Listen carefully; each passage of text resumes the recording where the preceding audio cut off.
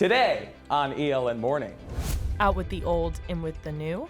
The proposal SGA is considering to significantly restructure the way students are represented. Plus, protesting a portrait, why a picture of a former Greensboro mayor at ELN Law is causing discomfort for some students. If they can find the camera, they'll get $5. Let's do it. And a TikTok tale. We meet two ELN alums who are scoring millions of views with the help of students from their former school. Today, February 25th, 2021.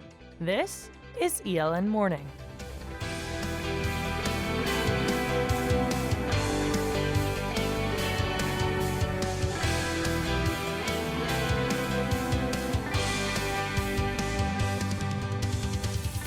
Well, good morning and thanks so much for joining us today. I'm Baylor Rodman. And I'm Isabella Seman.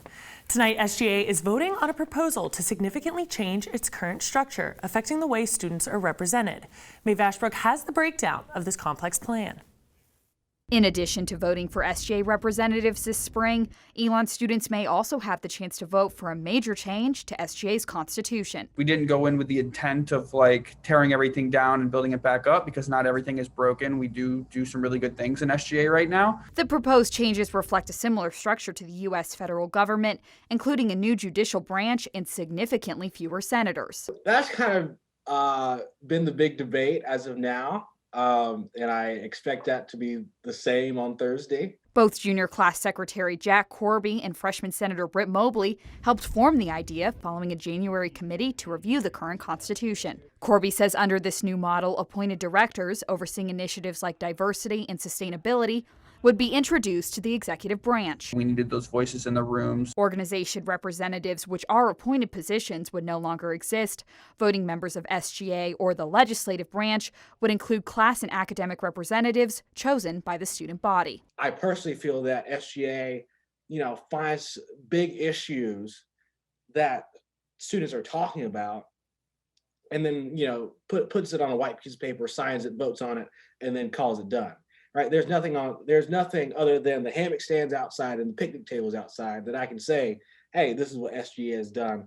In the end, both Corby and Mobley say the changes come down to communication. We have lost the connection to the student body, even though we somehow represent them. Mae Vashbrook, ELN Morning. If a version of this proposal passes, students will then get the chance to vote on the constitutional change. For more details and updates on SGA's decision tonight, visit our website, elonnewsnetwork.com. Now from main campus to Greensboro, ELN University School of Law is refusing to remove a portrait of a former Greensboro mayor over his comments about one of the city's darkest days. As our Emery Eisner reports, ELN Law students disagree with the decision. As part of an effort to improve inclusion at ELN Law, students Madison Fields and Paris Henderson are spearheading an effort to remove a portrait of former Greensboro Mayor Jim Melvin.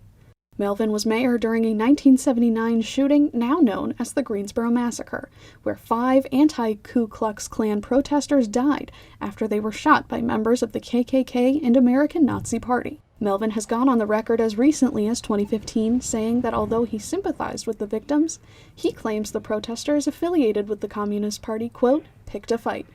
We're celebrating a man who contributed to the erasure of an entire massacre that impacted a lot of people and families. Melvin declined ENN's request for comment. ELN University declined to respond to Melvin's comments, but says the portrait was moved from a student common space to an executive conference room during a planned remodeling in July. In a statement, ELN University says Melvin's portrait will remain in the school because he, quote, played a central role in the law school's creation, end quote, and led efforts to raise the necessary funds for the school. But Fields and Henderson say they aren't giving up on the issue anytime soon, saying the painting has only become more important to them in the process. How dare we minimize life? Because at the end of the day, you have a picture and you have someone's life. It's always going to be life first for me, personally. We're not going to stop. We're going to keep challenging them, and I think we'll make them better for it. Emery Eisner, ELN Morning. Fields and Henderson say they plan to reach out to the survivors of the Greensboro Massacre as they continue to work with the university on the issue. The ELN Physician Assistants class of 2021 is graduating this Saturday. The 2-year program typically requires nearly 10 months of hands-on experience in 8 different areas of medicine. But this graduating class lost 6 weeks of practice to the COVID-19 pandemic. Soon-to-be grad Stacy Cohen says it took extra effort to feel ready to join the workforce. I think that we're prepared and that we've made the best of it, and we'll just continue to grow. And you just have to be aware of what your limits are and be willing to ask when you're unsure of something. In addition, students have also have to complete a year of classroom learning, where they learn the principles of medicine. Associate Professor of ELN's Physician Assistant Studies, Cynthia Bennett, says she is proud of the transition the program was able to make, given the pandemic. If anybody can do this, it's ELN. And I'm proud that we did, and I'm proud of them for riding with us. The graduation ceremony will happen in person, but families and friends are required to join virtually. And after the break, how the ELN Dance Department is using events of the past year to initiate tough conversations. Live from Citron Plaza with some beautiful, beautiful weather today. But is that weather here to stay? Tune in next for the Phoenix 5-day forecast to find out.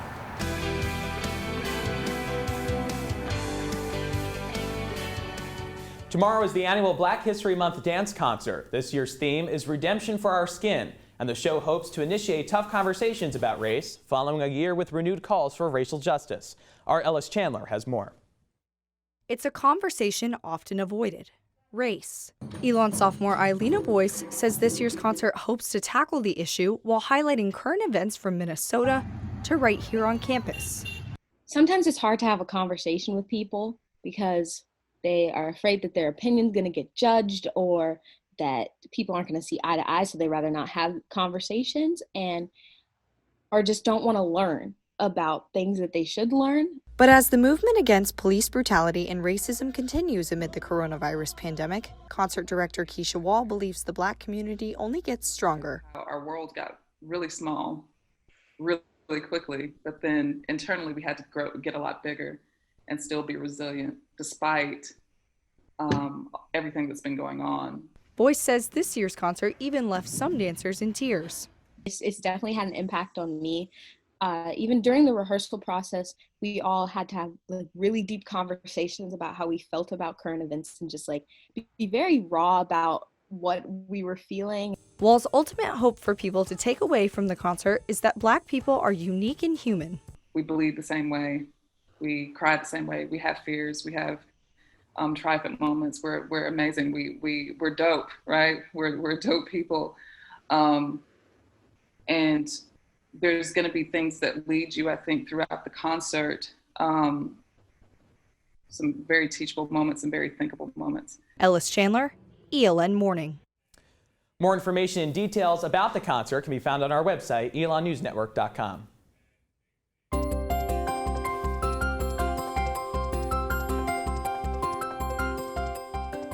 And our Kyra O'Connor is live on Citron Plaza with your Phoenix 5-day forecast. Kyra, good morning to you, and how's the weather out there? Good morning, Baylor and Bella. Live from Citron Plaza, it is a beautiful day out here. Sunshine, blue skies, birds chirping. I'm really looking forward to spending the rest of the day outside. The high today is 62, but it will get a little bit colder this evening with a low of 39. Heading into the weekend and our Phoenix 5-day forecast, unfortunately, these blue skies will not be sticking around. There will be rain showers all throughout the weekend and heading into next week, so I hope you didn't put away your rain boots and cold weather clothes just yet. Back to you in the studio. Kyra O'Connor live on Citron Plaza. Kyra, thank you.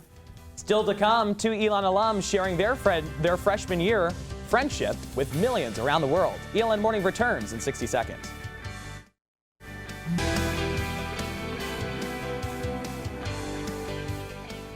The deadline for students to select housing for next year is fast approaching, but some freshmen are running into issues finding roommates for next semester. As the coronavirus pandemic continues to limit social interactions, freshman Haley Asbury is already feeling isolated from her friend group that she wanted to live with because of her current living situation.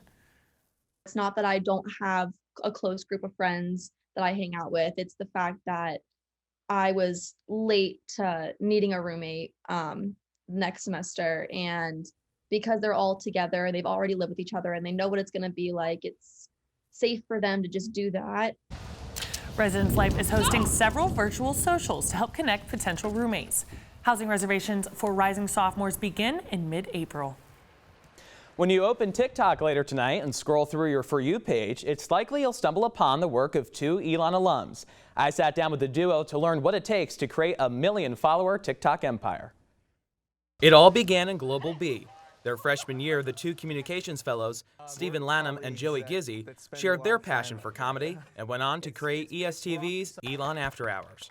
Throughout their 4 years, they'd film their Saturday sketches for the show, bringing humor to strangers. But they felt they'd connect with more users on another platform. We were like, yo, let's put these on a YouTube channel. Like we should be, make like a little prank channel or whatever. And we built a decent following onto YouTube. And when we graduated, we probably had like 22,000, 25,000 subscribers. After graduation, Gizzy and Lanham took a 2-year pause. Then, TikTok took off. Joe and I were talking about it. We're like, should we kind of go back and upload some of our old clips from YouTube and put it on TikTok, see how they do? I think it was actually a little after COVID started. We were like, okay, people are on the app. And after a few clips, a couple of them started to get a lot of views. I think the first one was like one we filmed at the library that went viral, got like 3 or 4 million views. And then we thought, hey, like these are actually doing pretty well. The algorithm seems to be going in our favors. Today, Gizzy and Lanham now have over 1 million followers, 49 million likes, and hundreds of millions of views on the social platform. Gizzy in North Carolina and Lanham in Massachusetts set time aside from their daily jobs to come together and create new content, including on ELN's campus. We meet up about once a month and we'll film like 8 to 10 videos. That way we have it for that span of not being together. Lanham says their experience creating After Hours from scratch has helped them come to be where they are today. That just basic thing we did back with After Hours really went a long way. So I think they both have their own difficulties, and TikTok has been a challenge and a lot of work, but we also learned so much, and I feel like we have a lot more experience. Looking to the future, Lanham and Gizzy want to turn their TikTok stardom into a brand, explore other platforms, and expand their viewership. So Bella, I gotta say, it was great to sit down with the guys yesterday, and as soon as I hung up with them, I went on TikTok, and naturally, it was right there. So they're listening. It looks like you had so much fun with that story, and maybe you'll see them around. Absolutely. Well, that's all the news we have for you this morning. Thanks so much for joining us. For all the news you need to know when we are not on air, visit our website, elonnewsnetwork.com. And be sure to follow us on social media at Elon News Network. Have a great Thursday, Elon.